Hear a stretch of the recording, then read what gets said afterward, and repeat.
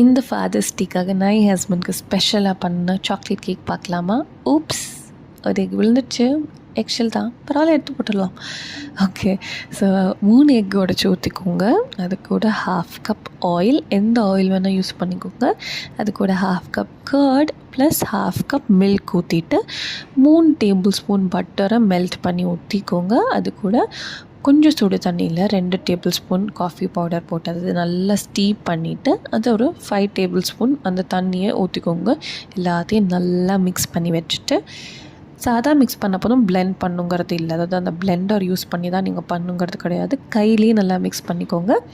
அது கூட நம்ம 1/2 cup maida plus 1/2 teaspoon baking powder and 3/4 teaspoon baking soda plus 1/2 cup cocoa powder, இது எல்லாத்தையும் நல்லா சளிச்சு சீவ் பண்ணி இந்த மிக்சர், இந்த வெட் இன்க்ரீடியன்ட் மிக்சர் இருக்கு இல்லையா,